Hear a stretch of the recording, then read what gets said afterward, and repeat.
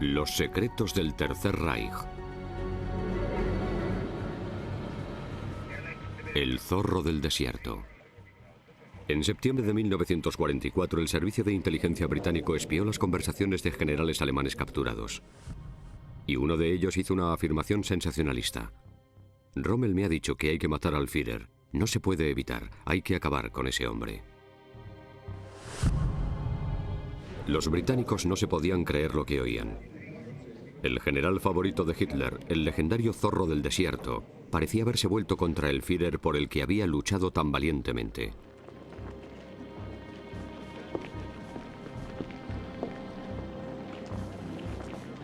Pero un mes después, era el gran mariscal de campo quien estaba muerto. El funeral de Rommel fue un ejemplo clásico del boato del Tercer Reich. En el fondo fue una obra de teatro, aunque él había insistido en que no quería ningún tipo de decoración política durante el funeral, como por ejemplo esvásticas, pero por supuesto los nazis las pusieron por todas partes, encima de su ataúd, porque lo que los nazis querían demostrar era que Rommel había sido fiel al régimen hasta el amargo final. Pero era una mentira, y su mujer y su hijo no tuvieron más remedio que aceptarlo. Fue fantasmagórico. Nos convertimos en parte en una tropa de actores y fingimos que todo era como debería ser. No sabíamos lo pronto que vencería la libertad y que el final de esa función de teatro llegaría relativamente rápido.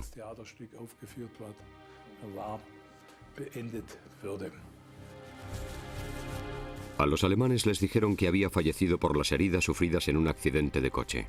Se tapó la verdadera causa de su muerte. El gran general fue obligado a envenenarse.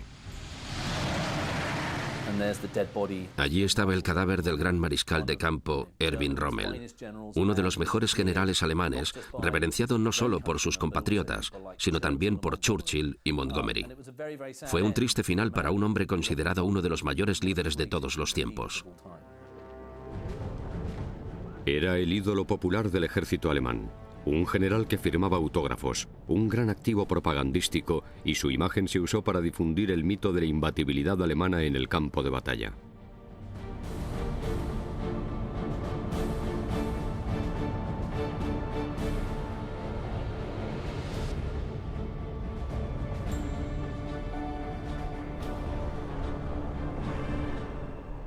Rommel se labró su reputación en el desierto libio, donde tanto amigos como enemigos le llamaban respetuosamente el zorro del desierto. Libia era una colonia italiana bajo amenaza británica. Hitler tuvo que apoyar a su aliado del Eje en apuros.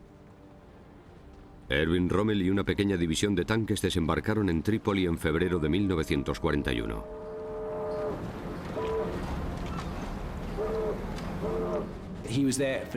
Acudió con fines defensivos para apoyo a los italianos.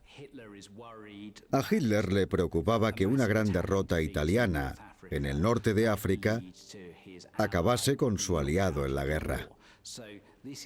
Y se asumió el riesgo limitado de desplegar a un general relativamente joven, pero hábil, para garantizar que eso no ocurriera.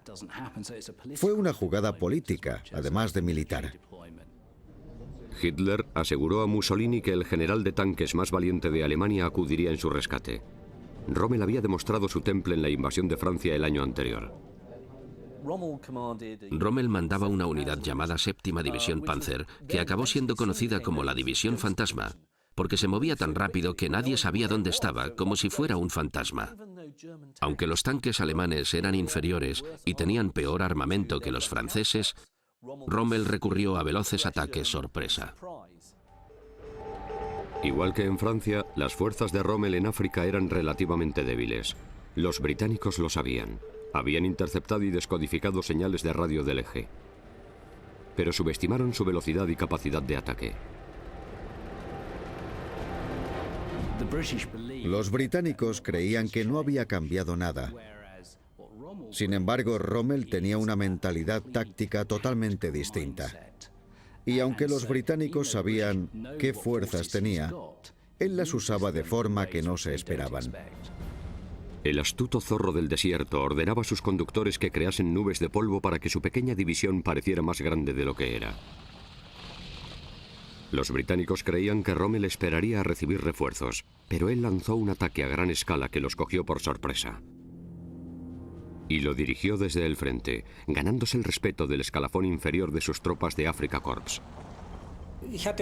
Tengo la impresión de que se encontraba en su elemento cuando las cosas se ponían serias, cuando nos disparaban o nos atacaban con artillería.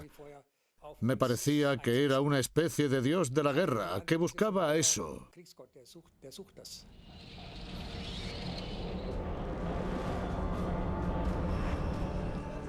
Pero el dios de la guerra había sido reacio a ser soldado. Fue el padre de Rommel quien le animó a alistarse en el ejército imperial alemán en 1910.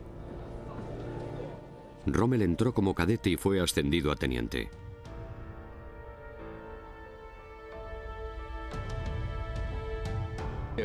Quería dejar el ejército, pero cuando volvió con sus padres le disuadieron. Le dijeron que tenía que hacer carrera en el ejército, que los tiempos eran duros y que le costaría alcanzar una buena posición en Alemania. Le dijeron que se quedase, que esa sería su vida.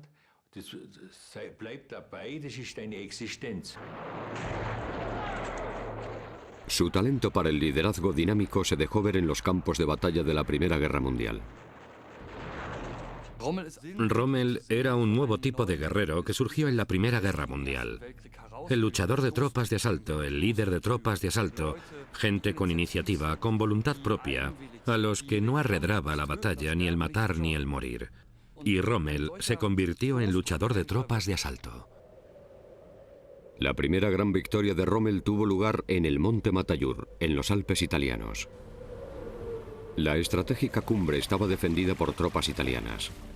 En inferioridad numérica, Rommel desafió la orden de mantener su posición, atacó la cumbre y obligó a los defensores italianos a rendirse.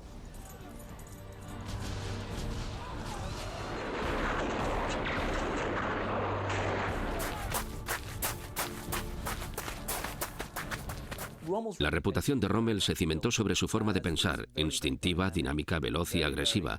Era un general que actuaba con rapidez. En eso se cimentó su reputación.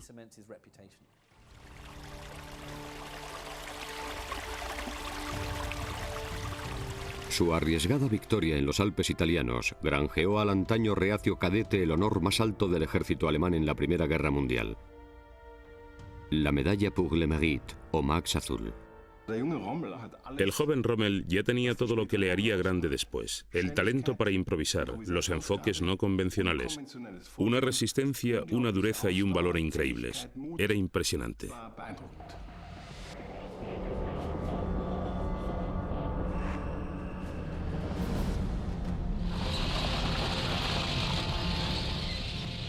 «25 años después, esa resistencia, dureza y valor depararían de nuevo una victoria famosa a Rommel contra todo pronóstico.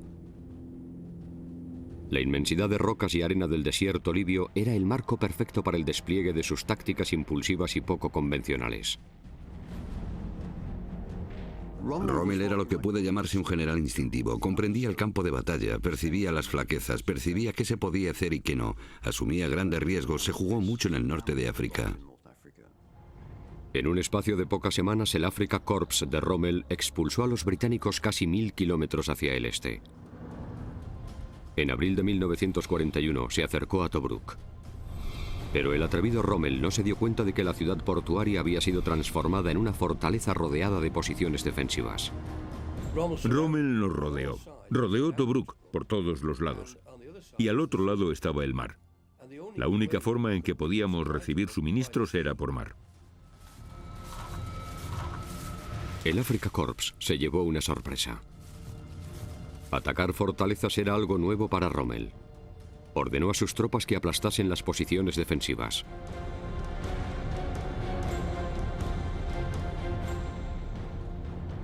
Rommel atacó de inmediato y destrozó casi todas las posiciones. Me pareció impetuoso, porque lo hizo sin planearlo y sin reconocimiento previo.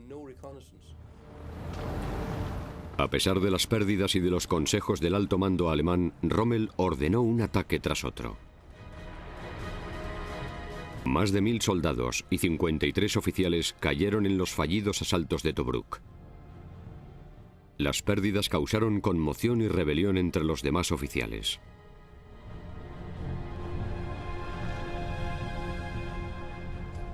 Rommel le dijo a un coronel o teniente coronel: señor, ¿por qué no continúa con el ataque? El oficial le dijo: señor, ya he tenido un 50% de bajas. Y Rommel replicó: ¿y qué? ¿Eso es una razón para dejar de atacar? Siga con el ataque. El coronel se quedó allí y le respondió: señor, mis soldados solo seguirán por encima de mi cadáver. Su liderazgo estaba en crisis. Por mucho que le admirasen los soldados, los oficiales le cuestionaban. Años después, hacia el final de la guerra, oficiales alemanes prisioneros de los británicos declararon lo que opinaban del zorro del desierto. A nivel personal, Rommel es una gran persona, pero no tiene nada de estratega, ni siquiera de táctico. No sabe dirigir en absoluto. Como era arrogante e individualista y en muchos aspectos solo buscaba la gloria personal, quería que su división destacase por delante de las demás. A lo largo de su carrera no hizo otra cosa que repetir eso, lo que le granjeó muchos enemigos. Uno de esos enemigos jugaría un papel importante en la caída del zorro del desierto, el general Heinrich Kirchheim. Nunca le perdonó ni olvidó su acusación de cobardía.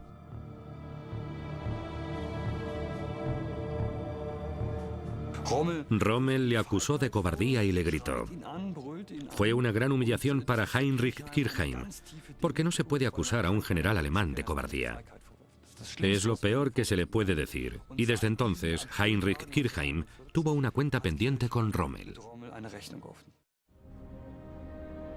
Por supuesto, el disentimiento de los demás oficiales no formaba parte de la imagen propagandística del héroe conquistador, el zorro del desierto, que había echado a los desvalidos británicos del norte de África.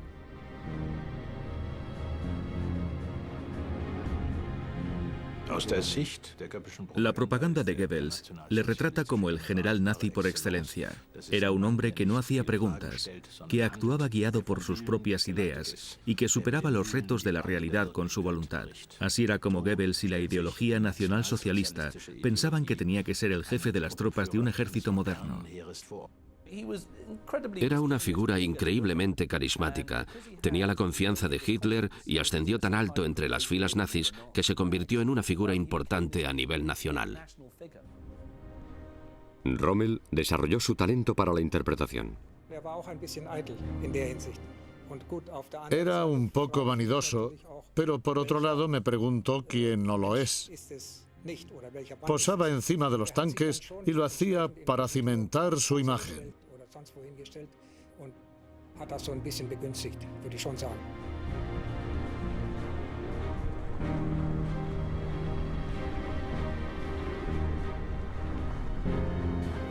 Rommel era un gran relaciones públicas. Para empezar, era apuesto. Era el clásico oficial alemán con la mandíbula cuadrada. Era guapo y le quedaba muy bien el uniforme y llevaba el pecho lleno de medallas. Los alemanes no fueron los únicos que se creyeron la imagen propagandística de guerrero invencible. Muchos de sus enemigos británicos le consideraban un genio táctico. El problema de los aliados que combatían contra Rommel era que tenían que superar dos cosas.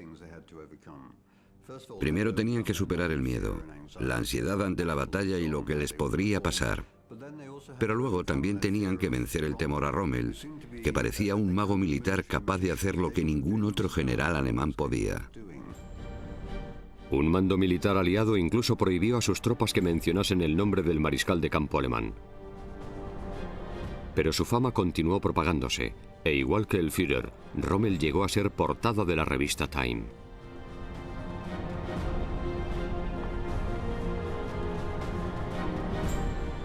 Rommel nunca estuvo relacionado con los crímenes de guerra. Y creo que es una de las razones por las que ha perdurado su prestigio mucho después de la Segunda Guerra Mundial.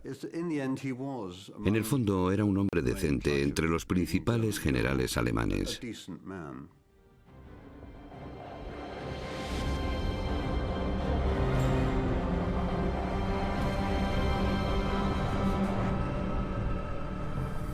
El hombre decente había sacrificado muchas tropas en su apuesta por tomar Tobruk, pero la ciudad portuaria permanecía en manos aliadas.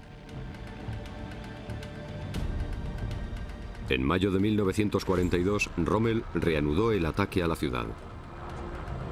Los tanques y la infantería del Afrika Korps estaban respaldados por bombarderos Stuka que asolaron la guarnición defendida por tropas sudafricanas. Al mes siguiente, Rommel por fin conquistó Tobruk. Anunció el triunfo él mismo. Hoy, las tropas han coronado su trabajo hasta la fecha con la conquista de la fortaleza de Tobruk.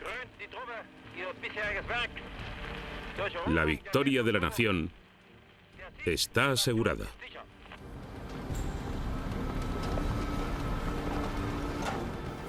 Casi reviento de orgullo, como si hubiese estado presente. En aquella época fue un acontecimiento nacional.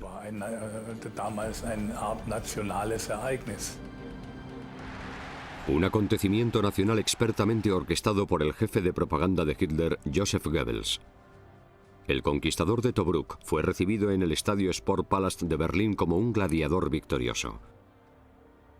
El zorro del desierto estaba en la cima de su carrera y su popularidad. Hitler le ascendió al rango de mariscal de campo. La moral estaba alta, la victoria en África parecía al alcance.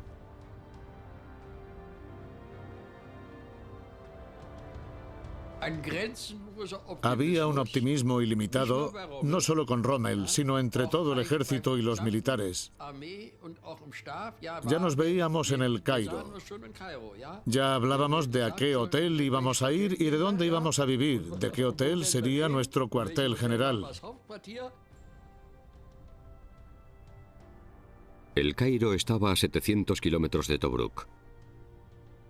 Pero Rommel tenía una ventaja secreta. Mucho antes de su victoria en Tobruk, las fuerzas del Eje habían interceptado y descodificado comunicaciones de una figura clave del cuartel general británico en el Cairo. El agregado militar estadounidense, el coronel Bonner Fellers.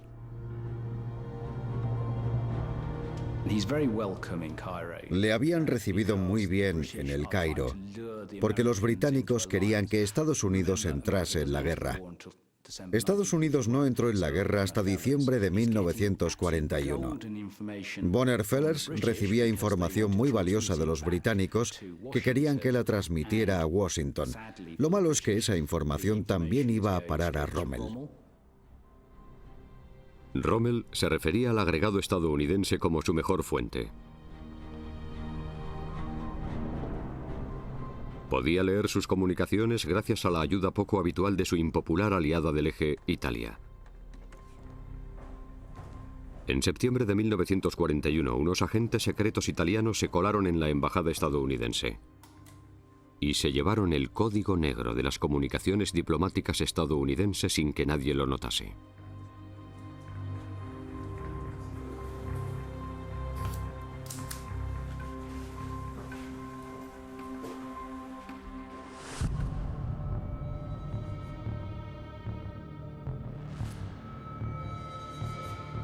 Proporcionó al zorro del desierto valiosa información, como las cifras y las bajas de las tropas británicas en el norte de África. Fue muy importante. Hay que tener en cuenta que las fuerzas de la campaña de África estaban muy igualadas. Y si se disponía de datos secretos, se podía reconfigurar la cantidad y la posición de esas fuerzas para golpear al enemigo en su punto más débil. La información secreta era totalmente vital y dio ventaja a Rommel. Le dio la ventaja que necesitaba, posibilitó su éxito. El margen era muy escaso, pero muy importante. Pero ese margen se perdió en julio de 1942. Los estadounidenses se dieron cuenta de que su código había sido descubierto. Se cambió el código y se envió al coronel Fellers a casa.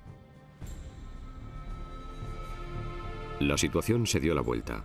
Se capturó a un equipo de radio alemán clave, junto con sus códigos y su equipamiento. El zorro del desierto tuvo que luchar a ciegas. En solo año y medio, Rommel había hecho retroceder 1.500 kilómetros a las tropas británicas. Desde Trípoli a una pequeña estación de tren egipcia en medio de la nada, el Alamein. Ese puesto remoto se convirtió en la última línea de defensa de los británicos. Se preparó un extenso campo de minas para bloquear el acceso alemán al canal de Suez. Y llegó un nuevo comandante, Bernard Montgomery.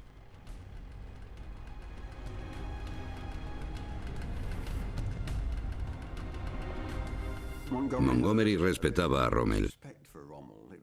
Era el tipo de adversario que quería. Se obsesionó con Rommel. Si se leen las instrucciones a sus tropas, solo había un objetivo: derrotar a Rommel y expulsarle. No derrotar a los alemanes, sino a Rommel.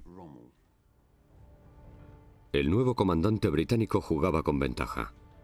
Cuando llegaron a El Alamein, las tropas de Rommel estaban agotadas y mal abastecidas.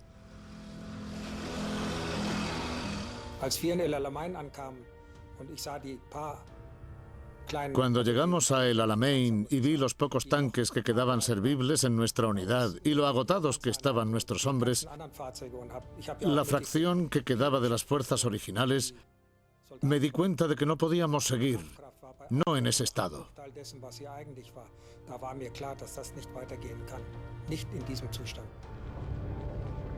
Al zorro del desierto se le estaban acabando los tanques y el combustible. Y lo que era crucial, ya no podía descodificar la valiosa información sobre el enemigo que salía de la embajada de Estados Unidos en El Cairo. Se había sacado muchos conejos de la chistera, y podía sacarse esos conejos de la chistera porque tenía la ventaja casi mágica de contar con datos secretos. Pero ya no tenía esa ventaja, y ya no podía sacar más conejos de la chistera.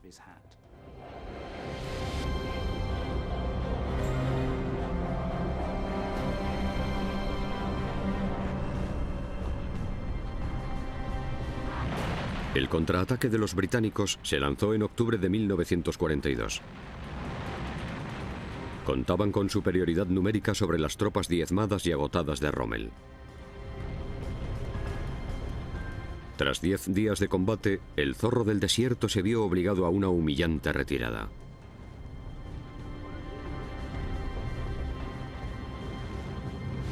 La mala noticia llegó al cuartel general de Hitler. El Führer no se amilanó. Las fuerzas alemanas no se retiran. El 3 de noviembre, Hitler ordenó al zorro del desierto que combatiera hasta la muerte. A las tropas no se les puede enseñar otro camino que el de la victoria o el de la muerte. Rommel desafió al Führer y ordenó la completa retirada. El Afrika Korps perdió todo el terreno ganado. Tuvo que retirarse incluso más atrás de donde había empezado. Bajo fuego constante desde tierra y desde el aire, incluso durante la retirada, el zorro del desierto consiguió un logro extraordinario: llevar a los supervivientes hasta Túnez. Creo que la mayoría de los generales, incluido Rommel, pensaban que nunca llegarían a Túnez. Fue una obra maestra de la táctica. Tal vez la retirada a Túnez fuera el mayor de todos los logros militares de Rommel.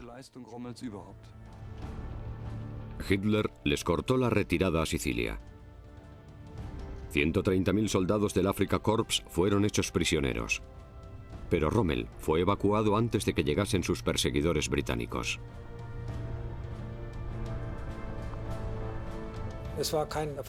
No fue una despedida feliz, tampoco por su parte.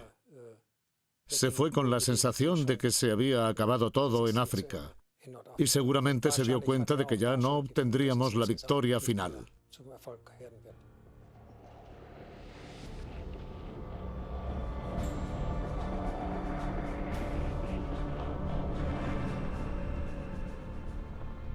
Su nuevo destino no pudo ser más distinto.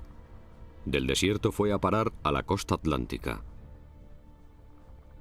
Rommel quedó al mando de las defensas alemanas frente al desembarco aliado en Normandía. Pero el llamado muro atlántico era vulnerable, igual que la fe de Rommel en el Führer y en el Reich nazi.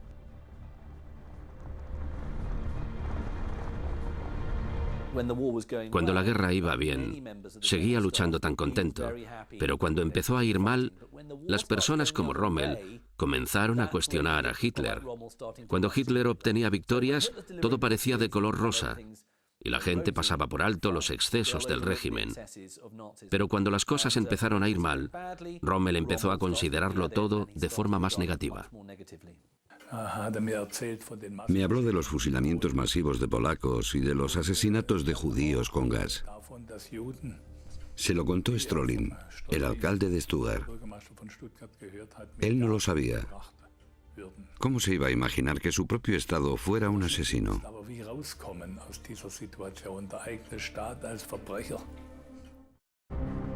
La guerra se volvió contra los alemanes.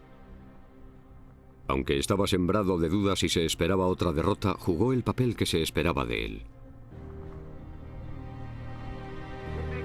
Dado el espléndido espíritu de nuestras tropas, el nuevo armamento, las armas que nos han dado para la guerra, podemos aguardar con la mayor calma los acontecimientos que se avecinan. No tenemos que plantearnos ni un segundo si las cosas saldrán bien o mal, porque saldrán bien con seguridad. Y creo que los ingleses no volverán una segunda vez después de intentar entrar por aquí.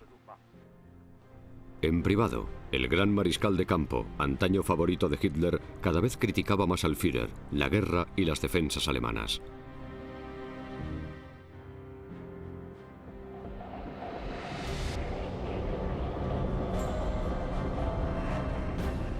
La temida y esperada invasión se produjo el 6 de junio de 1944. El muro atlántico se vino abajo. Las fuerzas de desembarco del día D establecieron una cabeza de puente en Normandía. Rommel tuvo que enfrentarse al poderío combinado de todas las fuerzas aliadas, que incluía un suministro inagotable de armamento estadounidense. La Alemania nazi libraba una batalla perdida en dos frentes. Rommel intentó convencer al Führer de que la guerra había terminado.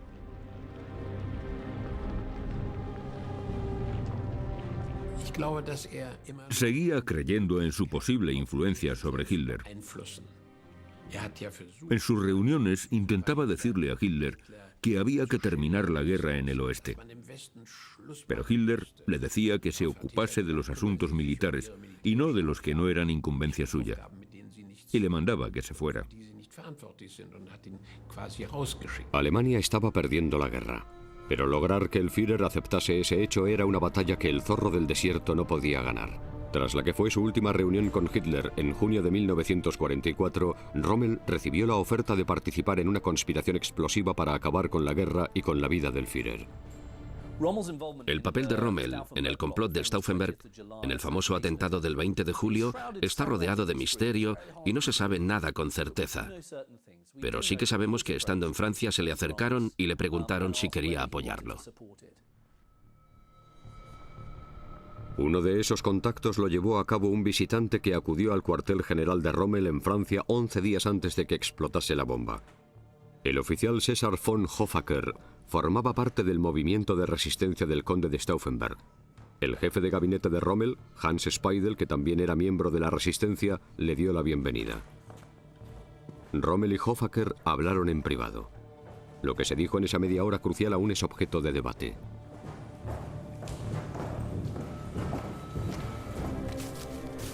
Luego Rommel habló con su jefe de gabinete, Hans Speidel. Tras la guerra, Speidel afirmó que habían hablado sobre presionar a Hitler. No se puede estar seguro de cómo habría actuado Rommel.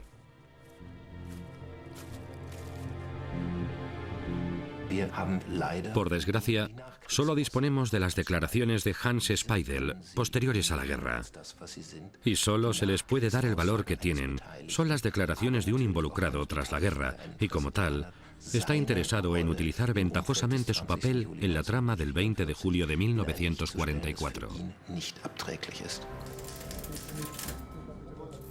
Solo una cosa es cierta. 6 días después de la visita, Speidel y Hitler escribieron una carta a Rommel. Las ideas de Rommel sobre la situación incluían una propuesta descabellada para Hitler.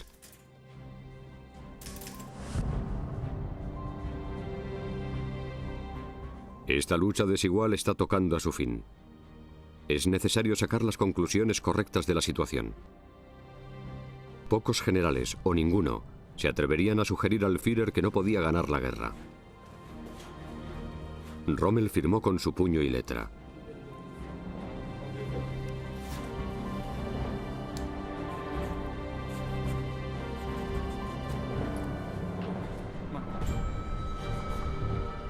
Hitler descartaba cualquier tipo de capitulación. Pero Rommel no era el único oficial que se planteaba medidas drásticas para finalizar la guerra. Hablé abiertamente de ello con Hitler. Era necesario acabar con la guerra cuanto antes y dejar que conquistasen Berlín desde el oeste, nunca desde el este.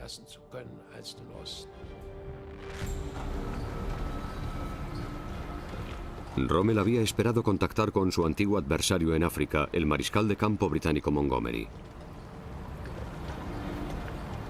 Pero no tenía ni idea que al mismo tiempo un comando del SAS británico se estaba preparando para secuestrarle y, si era necesario, matarle.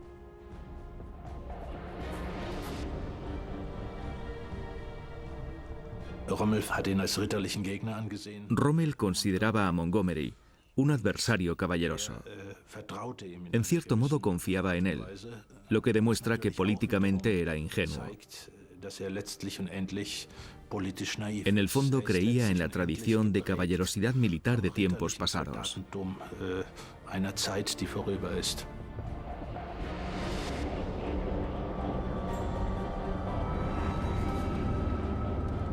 El 17 de julio de 1944 fue un día fatídico para el Zorro del Desierto. Se reunió con varios de sus comandantes en el frente y por la tarde recibió a un general de tanques de confianza, Heinrich Eberbach.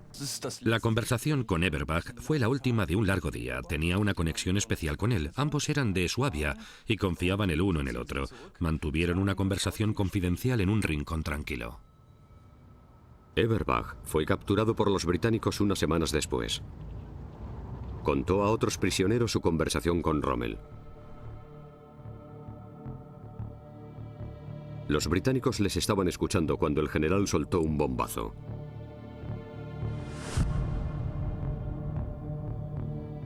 Rommel me dijo en el frente que no quedaba otra opción para Alemania que matar al Führer y a sus colaboradores más cercanos lo antes posible.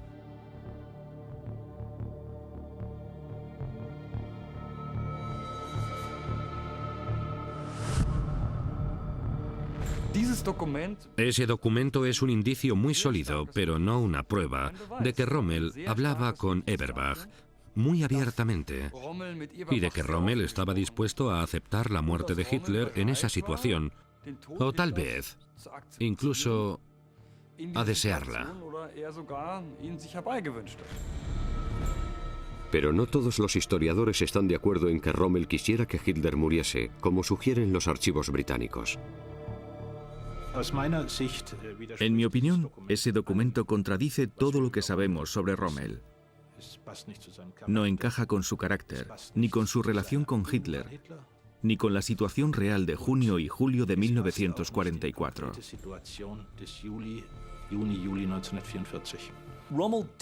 Rommel no quería que matasen a Hitler. Creo que Rommel era muy astuto y estaba pensando más a largo plazo que los conspiradores. Se dio cuenta de que si mataban a Hitler lo convertirían en un mártir. Tras su charla con Heinrich Eberbach, Rommel estaba regresando a su cuartel general cuando unos cazas de la RAF casi lo matan y acaban con el Zorro del Desierto. Las fuerzas aéreas aliadas dominaban los cielos de Normandía y conducir por carretera era un gran riesgo.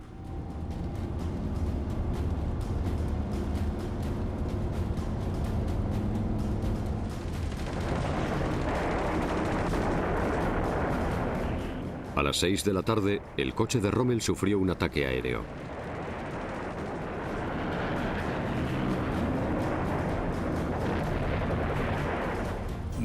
Mi padre salió despedido del coche, cubierto de esquirlas.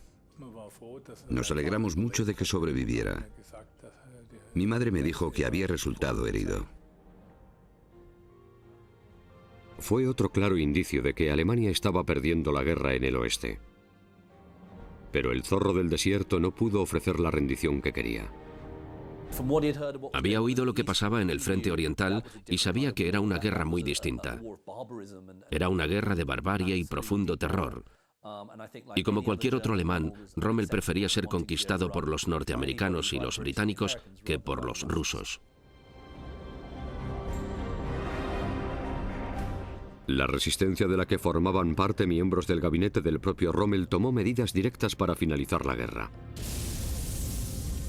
El 20 de julio de 1944 explotó una bomba a los pies de Hitler en su cuartel general de Prusia Oriental. El Führer sobrevivió.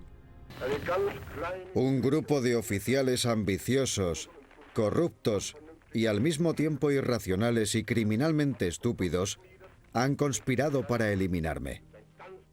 Es un grupo diminuto de elementos criminales que ahora será erradicado sin piedad. Fiel a sus palabras, Hitler, que aquí visita a algunos de los supervivientes heridos en la explosión, desató una venganza terrible. La ira de Hitler también alcanzaría al zorro del desierto. Rommel también estaba en el hospital, recuperándose del ataque aéreo a su coche. Y escribió a su mujer: además de mi accidente, el atentado contra el Führer me ha conmovido especialmente. Demos gracias a Dios de que haya acabado bien. Era como un seguro de vida. Fingió ser un leal seguidor del Führer, un discípulo siempre constante. Era una carta escrita para los censores. Más tarde dijo a su familia y a su círculo de amigos que no sabía nada. Los mantuvo alejados de los verdaderos acontecimientos como estrategia para proteger a sus seres queridos.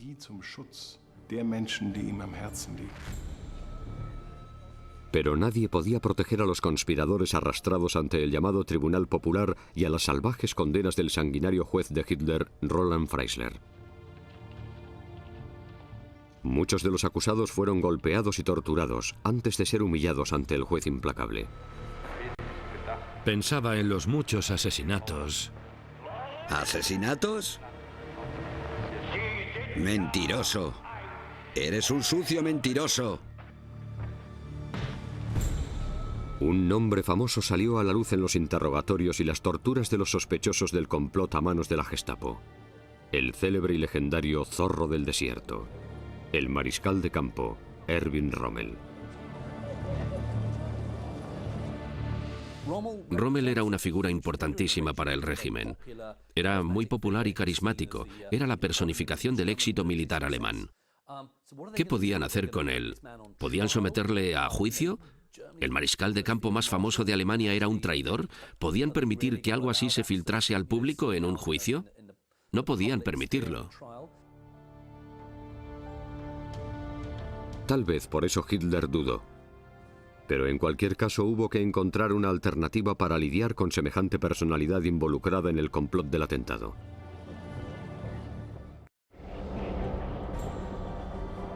Dos meses después del intento de asesinato, los altos oficiales alemanes convocaron un Ehrenhof, o Tribunal de Honor, para identificar a los sospechosos que aún quedaban entre sus filas y entregárselos a los verdugos de Hitler. Rommel se encontraba entre aquellos cuyo destino había que decidir. Si nos fijamos en la composición del tribunal, no había amigos de Rommel. Estaba muy claro. Tenían que decidir entre Speidel o Rommel. Era la única disyuntiva posible. Speidel o Rommel. La Gestapo afirmó que en los interrogatorios Speidel había reconocido que conocía el plan para atentar contra Hitler y que había comunicado esa información a su superior, Rommel. Eso implicaba al zorro del desierto. Tras la guerra, Speidel negó haber implicado a su jefe. Y nunca se han encontrado pruebas de que lo hiciera. Speidel o Rommel. Se dejó que decidiera el Tribunal de Honor. Un viejo adversario tenía el voto decisivo. Heinrich Kirchheim, el oficial al que Rommel había acusado de cobardía en África en 1941.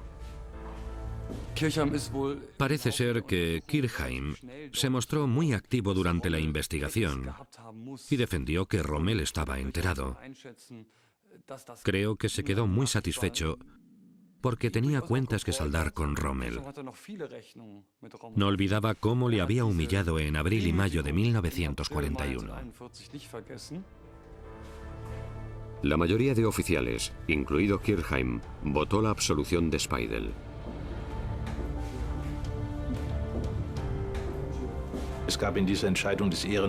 Equivalía a una condena a muerte para Rommel. Desde el punto de vista de Hitler y sus cómplices, estaba involucrado en el complot del 20 de julio. Era la única conclusión.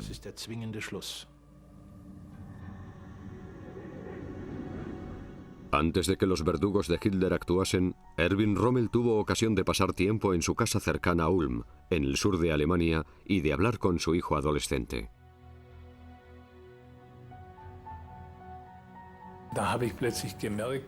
Me di cuenta de que simpatizaba muchísimo con los conspiradores. Y le sorprendía que no le hubieran expulsado del ejército y le hubieran ahorcado. El astuto comandante parecía presentir que la soga cada vez le apretaba más fuerte la garganta.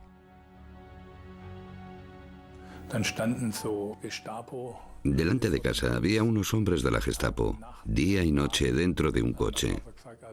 Mi padre dijo, no vamos a facilitarles las cosas y dejar que me peguen un tiro. Y ordenó que una guardia militar vigilase nuestra casa.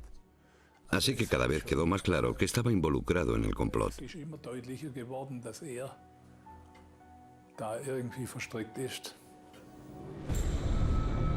Los enemigos de Rommel estaban preparados para atacar. Enemigos influyentes como el administrador jefe de Hitler, Martin Bormann.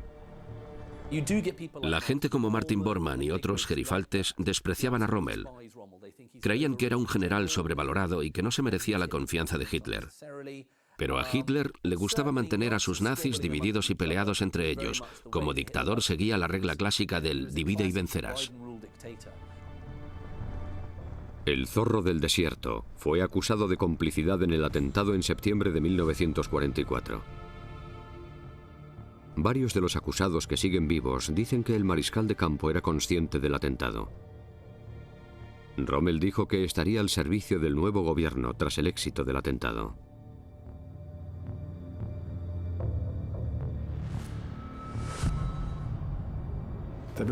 Le condenaron como ser humano en base a detalles nimios. Dijeron que era vanidoso, que llevaba gafas, pero solo se las ponía para ver mapas. Volcaron todo su odio sobre él. Tras hablar con Hitler, Martin Bormann dejó los detalles finales en manos de un general conocido como el lacayo de Hitler, el mariscal de campo Wilhelm Keitel. Los antiguos enemigos de Rommel pactaron contra él. Todo empezó en el Tribunal de Honor y acabó en el círculo más íntimo de Hitler, con Bormann y Keitel. El 14 de octubre de 1944, los mensajeros de la muerte finalmente llegaron a la casa familiar de Rommel. Eran dos generales del gabinete de Hitler llamados Burgdorf y Meisel. Le explicaron que tenía dos opciones: enfrentarse al Tribunal Popular y ser juzgado por su participación en el complot de la bomba de Stauffenberg, enfrentarse a la ignominia y la desgracia y al envío de su familia a un campo de concentración. Su familia se quedaría sin pensión y su nombre quedaría cubierto de inmundicia para siempre en el Tercer Reich. La otra opción era tomar una cápsula de cianuro. Se puso muy agitado y también muy pálido. Pero mantuvo el control. No le tembló la voz. Le pareció la mejor solución. Dijo que no podía salir a la luz nada de lo que había pasado en realidad, o nuestra familia desaparecería sin dejar rastro. Menos de una hora después, el mariscal de campo Erwin Rommel estaba muerto. Un monumento marca el lugar donde se suicidó, en una colina de las afueras de su ciudad. Se hizo una máscara de cera con el rostro del comandante respetado por ambos bandos, el guerrero honorable al que llamaban el zorro del desierto.